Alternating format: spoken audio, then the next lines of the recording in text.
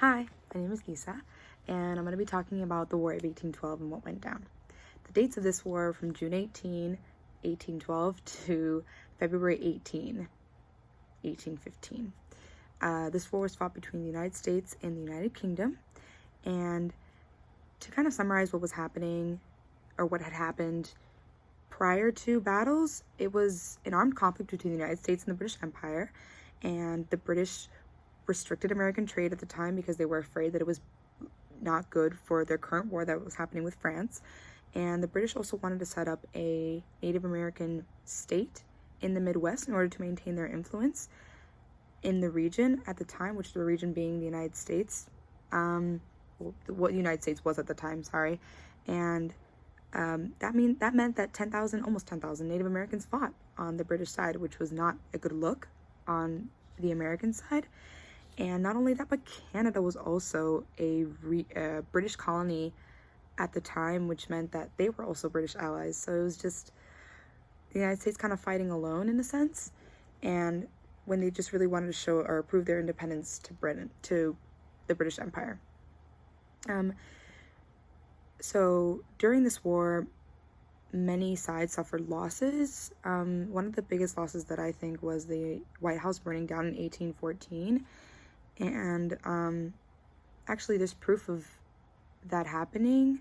I think there's a painting in one of the museums in Washington, D.C. where of George Washington that was saved by John Adams' wife when the White House was burning down. I think it's a pretty cool fact.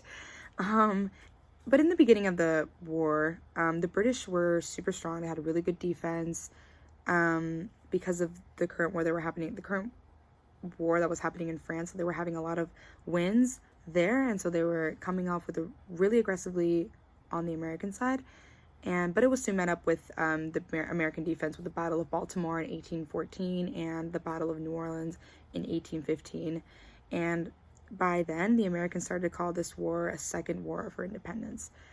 After all of that, the Treaty of Ghent was signed on December 24th, 1814, and it established this thing called status quo ante bellum, which essentially means that nobody lost any territory during the war and everything was pretty much good. And the war officially ended on February 18, 1815, which was the day that Congress ratified the treaty. I also want to point out that people like James Madison and Andrew Jackson fought in this war, and they later became U.S. presidents.